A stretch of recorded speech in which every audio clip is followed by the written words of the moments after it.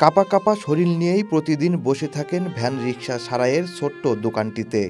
সামনে ছড়িয়ে থাকে কিছু মেকানিকের যন্ত্রপাতি, কিন্তু সেগুলো চালানোর শক্তি বা জ্ঞান কোনোটাই তার নেই।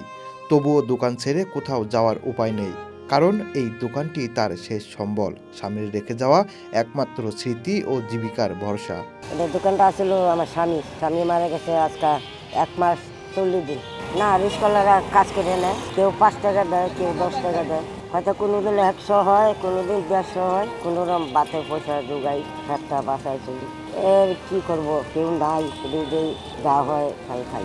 ঢাকার কামরাঙ্গীরচরে বসবাস করা এই বৃদ্ধা নারীটির স্বামী মাত্র 1 মাস আগে মারা গেছেন। স্বামী বেঁচে থাকতে তিনিই চালাতেন ভ্যান রিক্সা সারাইয়ের এই ছোট্ট দোকানটি। স্বামীর মৃত্যুর পর দুনিয়াতে আপন বলতে তার আর কেউ নেই। নেই কোনো সন্তান, নেই নিকট আত্মীয়। তাই শেষ বয়সে এসেও জীবন যুদ্ধটা তাকে একাই লড়ে যেতে হচ্ছে।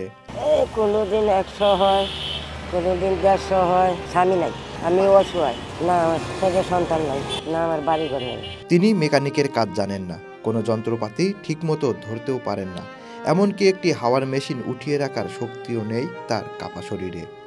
তবুও প্রতিদিন সকাল থেকে সন্ধ্যা পর্যন্ত দোকানে বসে থাকেন, তাকিয়ে থাকেন রাস্তার দিকে, কখন একজন কাস্টমার আসবে। যারা ভ্যান বা রিক্সা সারাই করতে আসেন তারা নিজেরাই কাজ করে নেন। কাজ শেষে যে যেমন পারেন তেমন কিছু টাকা দিয়ে যান।